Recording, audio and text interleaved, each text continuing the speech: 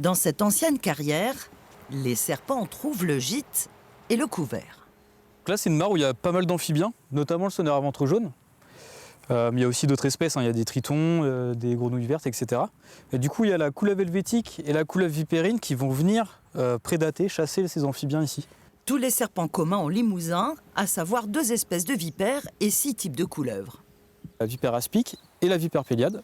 On a la couleuvre d'Esculape, la couleuvre verte et jaune, la couleuvre vipérine, la couleuvre helvétique et donc les 2 coronelles, coronelle lisse et coronelle girondine. Toutes sont menacées, sauf la verte et jaune, qui reste menacée. Hein. Mais elle, on observe un déclin moins prononcé. Un déclin décelé sur le terrain où le moindre indice a son importance. On a 4 plaques sur un site. On cherche les animaux à vue et au retour, on lève les plaques pour voir s'il y a des animaux qui sont en dessous. Bon là, la météo n'est pas avec nous, du coup on n'aura pas grand chose, mais c'est ça l'idée. Du coup là il y a une mue. Donc on n'aura pas de serpent vivant, mais on aura une mue. À quelques kilomètres de là, au nord de la Haute-Vienne, les buttes à Gaudy, classées zone Natura 2000. Un site préservé sur la rive droite de la Gartempe. Pourtant, les relevés sont alarmants. On a pu noter une régression de au moins 3 espèces, notamment la couleuvre d'Esculape qui a une chute d'observation à partir de 2020 de presque moins 60%. En quelques années, c'est une chute libre aux causes multiples. Ça va être la destruction d'habitats, la fragmentation d'habitats qui isole les populations les unes des autres. On a l'élimination directe des serpents. Il y a quand même une grosse pression anthropique, donc c'est les humains qui vont tuer directement les animaux, mais c'est aussi indirect via par exemple les chats. Tout ce qui est chat, ça va prédater, mais même les grands serpents peuvent se faire tuer par des chats.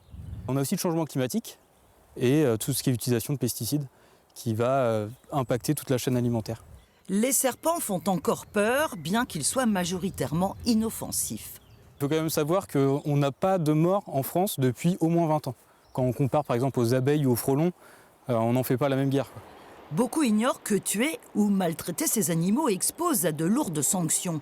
2 ans d'emprisonnement et jusqu'à 150 000 € d'amende, car toutes les espèces de serpents sont protégées. Le plan national d'action en faveur des vipères de France, qui est en rédaction, qui devrait être effectif en fin d'année, qui va permettre de coordonner tous les efforts de conservation qu'il y a et qui sont mis en place par les différentes structures en France pour permettre d'optimiser cette conservation. Alors, comment cohabiter sans crainte? Ça arrive que de faire une rencontre, on peut faire juste un détour de 1 mètre, 2 mètres, ça suffit, le serpent ne va pas vous sauter à la gorge, ça va bien se passer.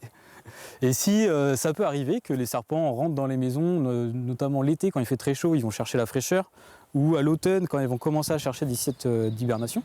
Dans ce cas-là, juste avec un balai, vous pouvez juste pousser l'animal dehors et il va continuer sa route.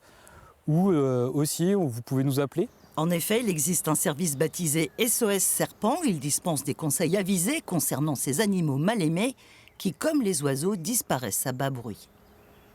Ça concerne tous les taxons, tous les groupes d'espèces. Tout dégringole, donc c'est le moment de réagir avant que ça soit trop tard.